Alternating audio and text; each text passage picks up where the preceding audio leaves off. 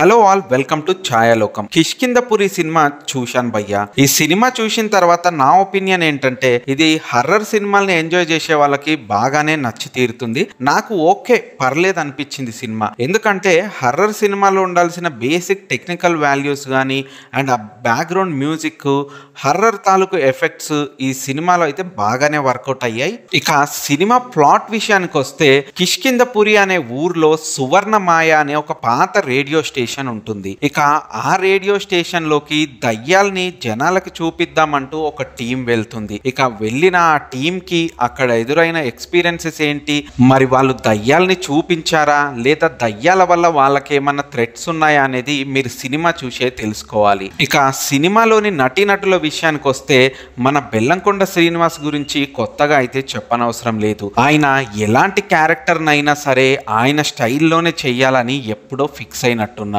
జయజానకి నాయక సినిమాలో ఎన్ని ఎక్స్ప్రెషన్స్ ఉంటాయో ఈ సినిమాలో కూడా అన్నే ఎక్స్ప్రెషన్స్ ఉంటాయి. ఎలాంటి ఎమోషన్ అయినా సరే ఈయన స్టైల్ ఆఫ్ ఎక్స్ప్రెషన్స్ తోని మాత్రమే చెప్తాడు. అదేంటో మనమే అర్థం చేసుకోవాలి. ఇక అనుపమ పరమేశ్వరన్ ఈ సినిమాలో డిఫరెంట్ షేడ్స్ ఉన్న క్యారెక్టర్ ని పోషించింది.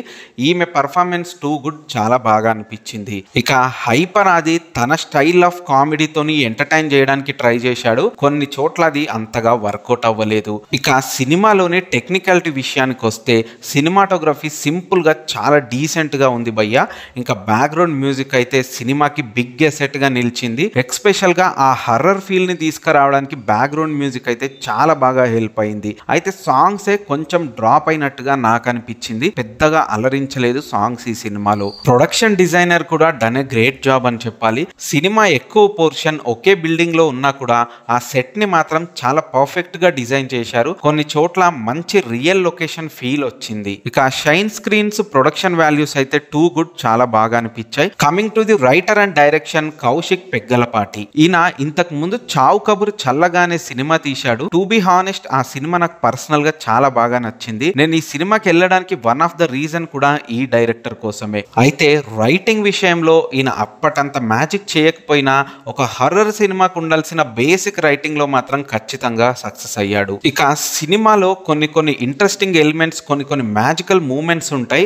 అవి మీరు సినిమా చూస్తేనే బాగా ఎంజాయ్ చేస్తారు. ఇవన్నీ డెలివర్ చేయడంలో డైరెక్టర్ మాత్రం సక్సీడ్ అయ్యాడనే చెప్పాలి. ఓవరాల్ గా కిష్కింధపురి సినిమా గురించి ఒక్క మాటలో చెప్పాలంటే, ఇది హర్రర్ సినిమాలను ఎంజాయ్ చేసే వాళ్ళకి చాలా బాగా నచ్చుతుంది. అండ్ ఫ్యామిలీ ఆడియన్స్ వెళ్ళొచ్చు, కాకపోతే పిల్లల్ని అవాయిడ్ చేస్తే బెటర్. ఇది సినిమా పైన నా ఒపీనియన్. మీరు గనక ఈ సినిమాని చూసుంటే మీకేమనిపించిందో కింద కామెంట్ బాక్స్ లో కామెంట్ చేయండి. ఇలాంటి మరిన్ని ఇంట్రెస్టింగ్ వీడియోస్ కోసం మా ఛానల్ ని సబ్స్క్రైబ్ చేసుకోవడం మాత్రం మర్చిపోవద్దు.